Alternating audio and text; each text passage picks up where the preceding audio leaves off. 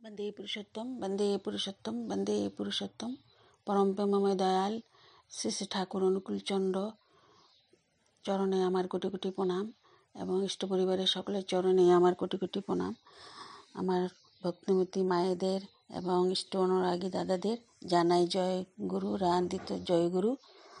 এবং এখানে শ্রদ্ধেয় পরিমল দা সুন্দর একটি আর্টিকেল উত্থাপিত করেছেন, ওনাকেও আমি জয়গুরু এবং জানাই। তার থেকে শেয়ার করেছি, তো এটা আপনাদের সাথে আমি আবার শেয়ার করছি।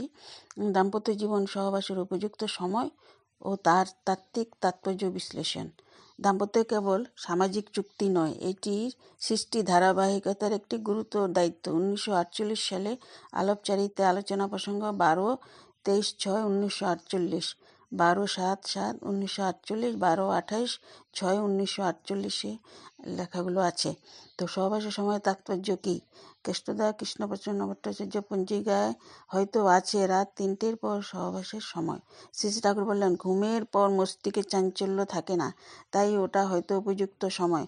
অবশ্য প্রত্যেকটা জিনিসেরই নানা দিক আছে, তাই যখন যা সমীচীন ও শুভক্ষণ তা করণীয়।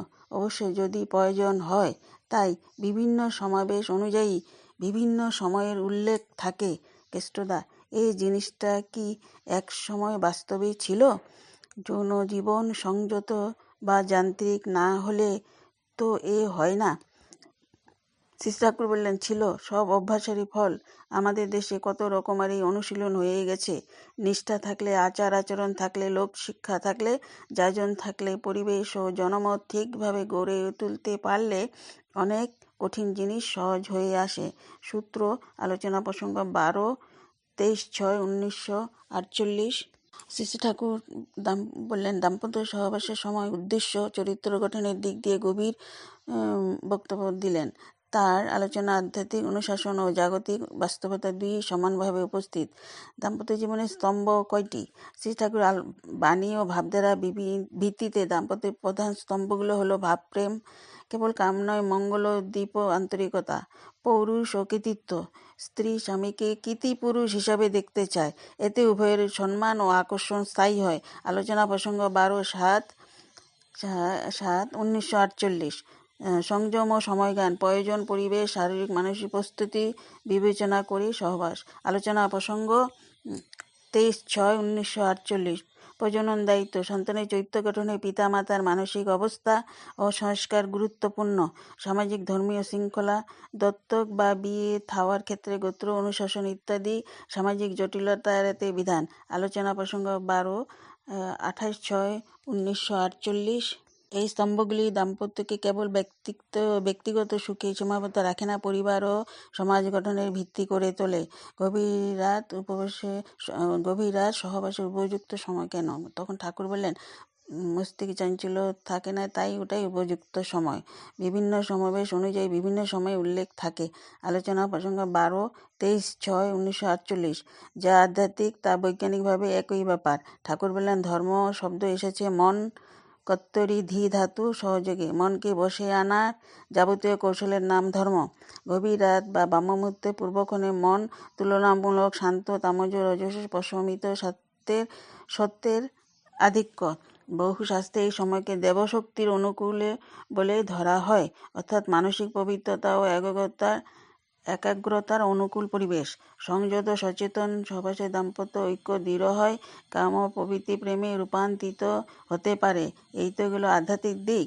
আর জাগতিক বৈজ্ঞানিক দিক দিয়ে দেখলেও তাই। ঘুম পরবর্তী স্থিতি, পর্যাপ্ত বিশ্রামের পর নাড়িতন্ত্র স্থির থাকে, সিদ্ধান্ত ও আবেগ নিয়ন্ত্রিত। ভোরের দিকে টেস্টোস্টেরন সহ কিছু হরমোনের মাত্রা স্বাভাবিক উচ্চতর থাকে, যা যৌনক্ষমতা ও সারা জাগাতে সহায়ক। নীরব পরিবেশে মানসিক সংযোগ গভীর হয়। স্ট্রেস হরমোন কর্টিসল নিয়ন্ত্রিত থাকলে ঘনিষ্ঠ ইতিবাচক হয়। তবে শ্রী ঠাকুর নিজেই বললেন, প্রত্যেকটা জিনিসের নানান দিক আছে। যখন যা সমীচীন শুভ তখন তা করণীয়, অর্থাৎ সময় কোনো যান্ত্রিক বিধান নয়। দাম্পত্য স্বাস্থ্য প্রয়োজন, পরিস্থিতি মুখ্য। তাছাড়া দেবভাবের আত্মাগুলো 3:30 পর প্রকৃতিতে বিচরণ করেন। সাধন ভজনশীল লোকেদের পিছু লয়। দেবদেবীর আগমন এই অর্থে বলা হয়। এটি প্রতীকী অর্থে ধরলে দেবতা মানে উন্নত ভাব, পবিত্র ও কল্যাণবোধের উদয়। সহবাস শব্দের অর্থ good man, good soul, adjustment হওয়া। অখণ্ড আত্মার সাথে আত্মার ফ্রিকুয়েন্সি যোগকে অর্থাৎ আশ্রয়কে সহবাস বলে। এই জন্য শুদ্ধ মনের মিলনে শুদ্ধ আত্মার জন্ম লয়। সহবাস যদি কেবল কামে সীমাবদ্ধ না থেকে সৃষ্টিশীল দায়িত্বে উদ্ভূত হয়, তখন তা দেবোত্তর অর্থাৎ উন্নত চেতনার সহায়। আক্ষরিক বিশ্বাস থাকলেও জাগতিক স্তরে এর অর্থ শান্ত মন, সুশৃঙ্খল জীবনযাপন ও ইতিবাচক আবেগ সন্তানের জিনগত পরিবেশগত বিকাশে সহায়ক হতে পারে। শ্রী ঠাকুর অনুকূলচন্দ্র দাম্পত্যকে দেখেছেন প্রেম, সংযম, কৃতিত্ব ও প্রজনন দায়িত্বের সমন্বয় হিসাবে।